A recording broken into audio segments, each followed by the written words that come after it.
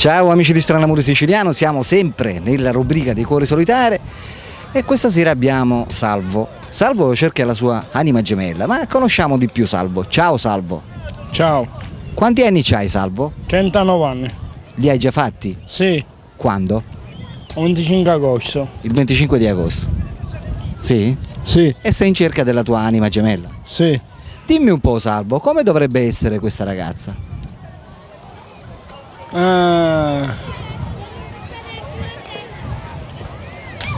Bella, Bella, simpatica, simpatica, carina. carina. La vuoi bionda? Sì, E se invece è mora, la vuoi lo stesso? sì, E se è ricciolina? sì, E se hai i capelli lisci? sì, Lo stesso. sì, Come chi è? sì, Te la prendi lo stesso. sì. Avete capito?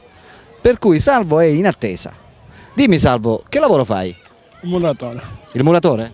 E dove? A via Petrè. Dove? A via Petrè. Alla via Petrè. Ah, va bene. E di dove sei praticamente tu? Come chiamano? Du Michelangelo. Ducep. Sarebbe a dire Ucep si trova dove? Da dare Borgo Nuovo. Dal Re Borgonuovo. Sì. Che precisamente è una località dove? Che si trova in? O a? Pa?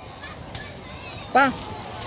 Palermo. Siamo a Palermo quindi tu sei palermitano, Sì, giusto? sì. Quindi Salvo è palermitano, giusto?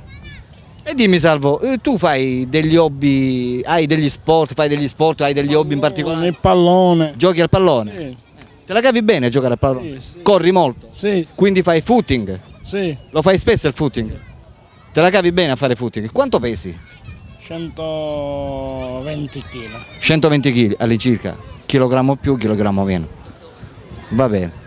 Ok, abbiamo conosciuto Salvo. Se c'è qualche ragazza disposta a conoscere Salvo può rivolgersi con noi, Stranamore Siciliano. Noi siamo sempre a Marsala, in corso Calatafiumi al numero 22, con i numeri che vedete in sovraimpressione. Ciao da Alberto, ciao da Ciao.